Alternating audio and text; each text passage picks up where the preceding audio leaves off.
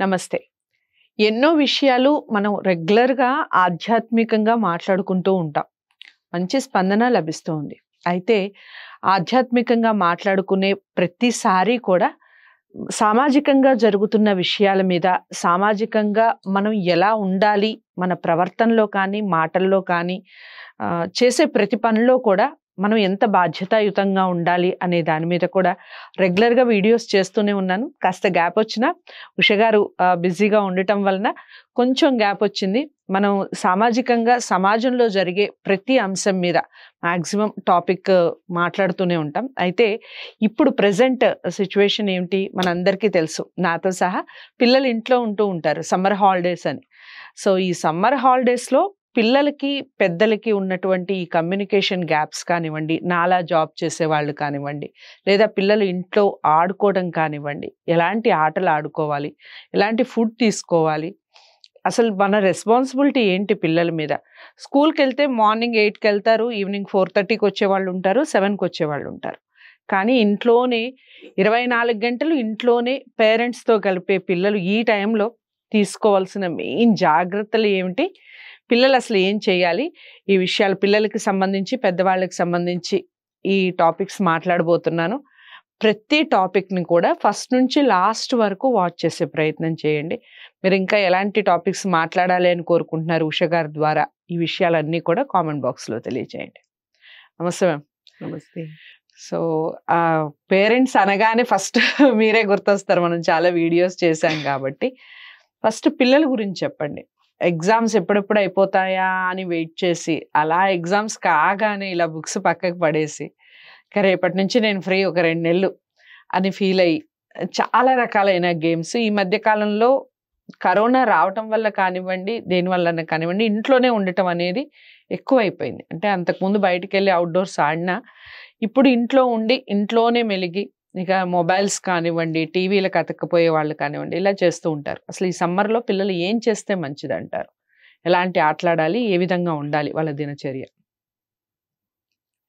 పిల్లలకి అసలు చాలా ఎక్కువ అంటే వాళ్ళ లైఫ్‌లో ఈ స్కూల్ లెవెల్ వరకు వాళ్ళకున్న హాలిడేస్ ఏంటి? సమ్మర్ వెకేషన్ ఎక్కువ లాంగ్ వచ్చింది. అవును. ఈ మోస్ట్‌లీ సమ్మర్‌లో ఎలాంటి పండగలు కూడా ఏం తక్కువే వస్తాయి. హ్మ్. హ్మ్. జస్ట్ ఒక రామనవమి అలాంటి ఏదైనా తప్పించి వాళ్ళ స్కూల్ ఓపెన్ అయ్యే వరకు పెద్దగా పండగలంటూ పండగలు ఏమి ఉండవు. రావు. కానీ ఈ సమ్మర్ వెకేషన్ అంతా పెద్ద పండగ వాళ్ళకి. అవును.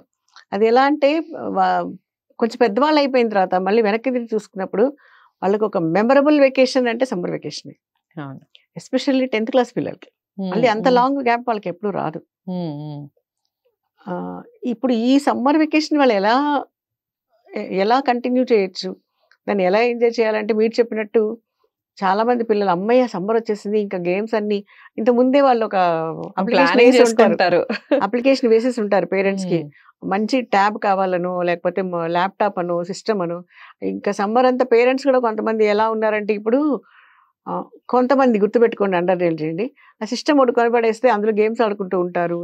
లేదా ఒక ట్యాబ్ కొని ఇచ్చేస్తే ఆడుకుంటాడు. లేదా ఒక ఫోన్ ఇచ్చేస్తే నా పాతది అయిపోయింది నా ఫోను అది ఇచ్చేసి నేను కొత్తది కొనుక్కుంటే అందులో ఆడుకుంటూ ఉంటాడు. డిస్టర్బ్ చేయడు.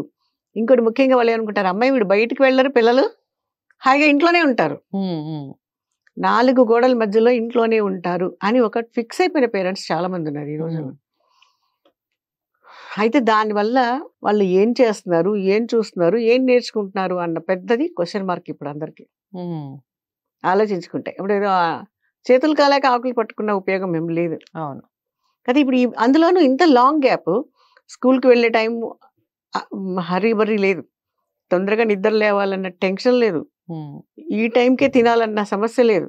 హ్మ్. సో, వాళ్ళు చూస్తూ ఎప్పుడు పళ్ళు తోముకున్నారా? ఎప్పుడు టిఫిన్ తిన్నారా? ఎప్పుడు అన్నం తిన్నారా? అన్నదానికి ఒక టైమ్ టేబుల్ కూడా ఉండదు.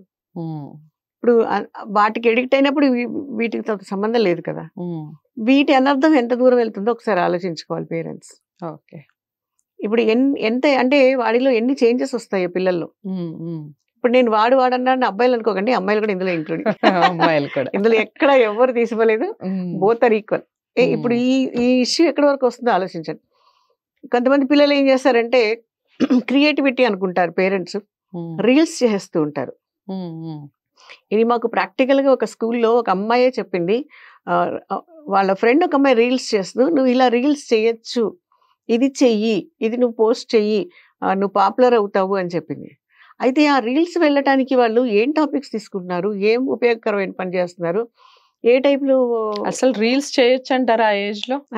మరి ఫేస్బుక్ కూడా 18 ఇయర్స్ ఏజ్ ఇది ఉంది కదా. ఎంతమంది 10-12 ఏళ్ల పిల్లలకి రాంగ్ ఇది పెట్టేసి ఫేస్బుక్ లో 18 ఇయర్స్ అని చెప్పేసి రాంగ్ ప్రొఫైల్ ఇచ్చి వాళ్ళు ఇదైపోతున్నారు కదా. మరి రీల్స్ కూడా అదే. ఇప్పుడు చిన్న పిల్లల చేత పిల్లలు కొంతమంది చేస్తుంటే పిల్లల చేత చేయించే అమ్మలు కూడా ఉన్నారు. ఇక్కడ పిల్లలు చేశారంటే వాళ్ళకి ఒక ధైర్యం, వాళ్ళ అమ్మ కూడా ఏదో రీల్స్ చేస్తూనే ఉంటుంటుంది కదా. మీరు ఇవాళ చూడండి కొన్ని రీల్స్ లో కొన్ని ఇవి చేయండి అవి చేయండి టిప్స్ పెడుతూ ఉంటారు, కొన్ని ఇవి తినండి అవి తినద్దు అని టిప్స్ పెడుతూ ఉంటారు.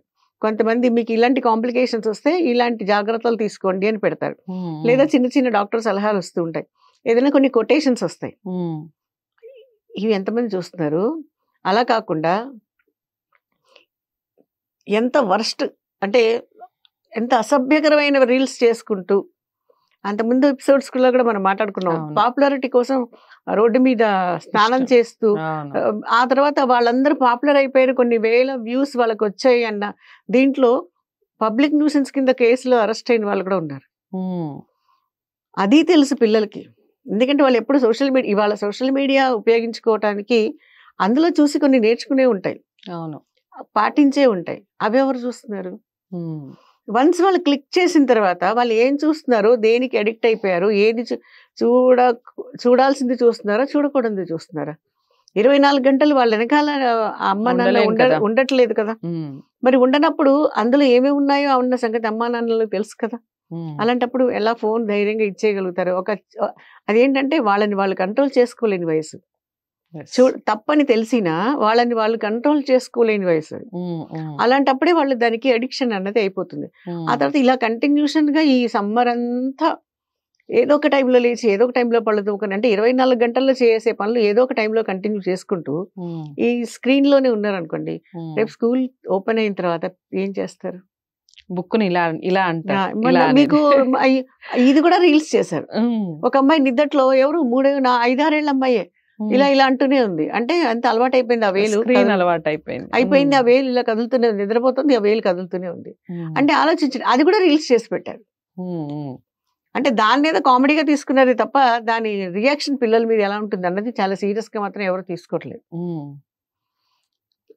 ఇప్పుడు అదివరకు అంటే ఇప్పుడు సమ్మరు లేకపోతే పిల్లలు ఏం చేస్తారంటే క్వశ్చన్స్ అడుగుతారు. ఇక్కడ కింద కామెంట్లు కూడా పెట్టుకోవచ్చు ఎవరైనా.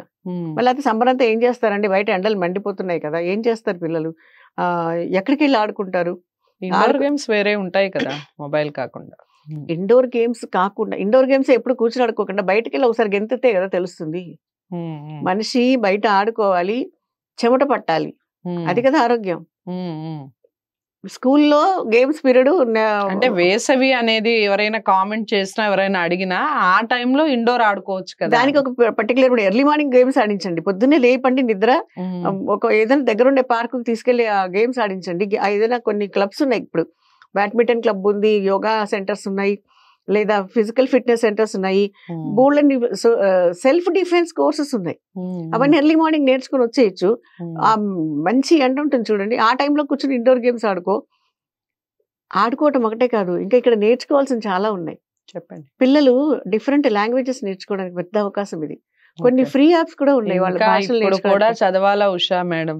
దానికి ఏమి ఎగ్జామ్స్ రాయక్కర్లేదు కదా. అంటే అలాంటి కామెంట్స్ వస్తాయో, కూడా చదవాలా? జీవితం అంతా చదువుకోవాలి, జీవితం అంతా నేర్చుకుంటేనే ఎప్పుడు, లేదంటే మనం అయిపోయింది, మనం నేర్చేసుకున్నాం. టీచర్ అన్నవాడు ఎన్ని సంవత్సరాల ఎక్స్పీరియన్స్ ఉన్నా ప్రతిరోజు ప్రిపేర్ అయితేనే క్లాస్కి వెళ్ళగలరు, లేకపోతే వాళ్ళు ఏదో సోదే చెప్పగలరు తప్ప పాఠాలు చెప్పలేరు, ఇది మాత్రం గ్యారంటీ. అలాంటి వాళ్ళకే నేర్చుకోవాల్సిన అవసరం ఉంటే పిల్లలు నేర్చుకోవాల్సిన అవసరం లేదా? బేసిక్స్ ఇప్పుడు వీళ్ళు పిల్లలందరూ మేధావులా? సపోజ్ 8th క్లాస్ అయిపోయింది, 9th క్లాస్ అయిపోయింది, వాళ్ళ సబ్జెక్ట్లో మేధావులా? ఏదో ఒక సబ్జెక్ట్లో ఒక డామేజ్ వాళ్ళకి ఉంటుంది కదా. సో దాని బేసిక్స్ తోటి ఎందుకు నేర్పించాలన్న జ్ఞానం పేరెంట్స్ కి పిల్లలకి కూడా ఉండాలి కదా. పేరెంట్స్ ఉంటేనే పిల్లలకి ఉంటుంది, పిల్లలకి డైరెక్ట్ గా రాదు గ్యారంటీ. ఆ సబ్జెక్ట్ అంటే ఇప్పుడు మళ్ళీ నేను అంటాను, సపోజ్ వాళ్ళు లాంగ్వేజ్ లో చాలా వీక్ గా ఉన్నారు, ఏదైనా సరే స్పష్టంగా రాయలేకపోతున్నాడు, చదవలేకపోతున్నాడు, మళ్ళీ మీరు అదే టెక్స్ట్ బుక్ కొనియకండి, టెక్స్ట్ బుక్ కొనియద్దు, మంచి కథల పుస్తకాలు కొనియండి. అప్పుడు దాని మీద ఏమవుతుంది, ఆ చదవడానికి ఇంట్రెస్ట్ పెరుగుతుంది.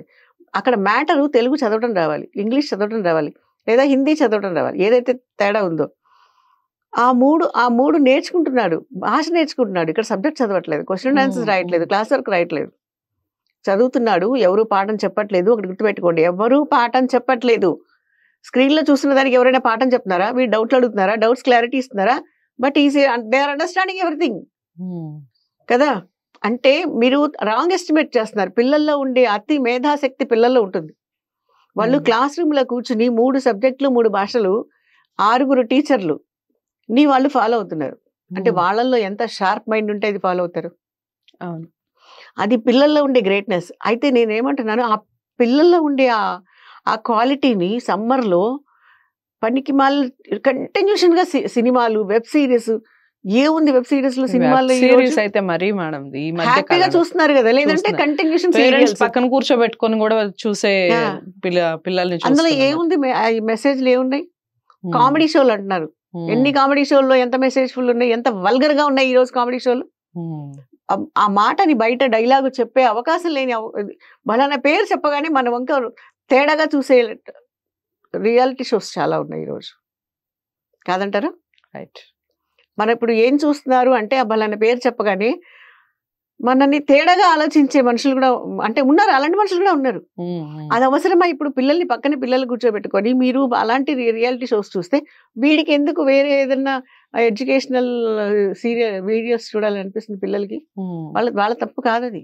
వీళ్ళు చూడండి, వాళ్ళు చూస్తారు. వీళ్ళు చదవండి, వాళ్ళు చదువుతారు. They only follow, they don't learn anything. Teacher చెప్పే పాఠాన్ని కూడా పిల్లలు ఫాలో అవుతారే తప్పించి నేర్చుకోరు. వాళ్ళు ఫాలో అవగా they will come to a conclusion, ఇది బాగుంది, yes we can do it, దీన్ని ఇంకా డీప్ గా మనం ఆ సబ్జెక్ట్లోకి వెళ్ళాలి అనే థాట్ పిల్లలకు వస్తుంది. మరి సమ్మర్లో ఏం చేసి ఇప్పుడు ఆలోచించండి. ఓకే, ఆలోచిస్తారు. నాతో సహా ఆలోచించాలండి. ఉషా మేడం చెప్తూ ఉంటే నాకే చెప్తున్నట్టు అనిపిస్తుంది. ఎందుకంటే మా ఇంట్లో కూడా చిన్నపిల్లలు ఉన్నారు కాబట్టి నేను కూడా నేర్చుకునే చాలా ఉంటాయి. అఫ్ కోర్స్ మేడం చెప్పే చాలా క్వాలిటీస్ బై గాడ్ సేక్ నా దగ్గర లేవనుకోండి. బట్ పేరెంట్స్ ఒక్కసారి ఆలోచించండి.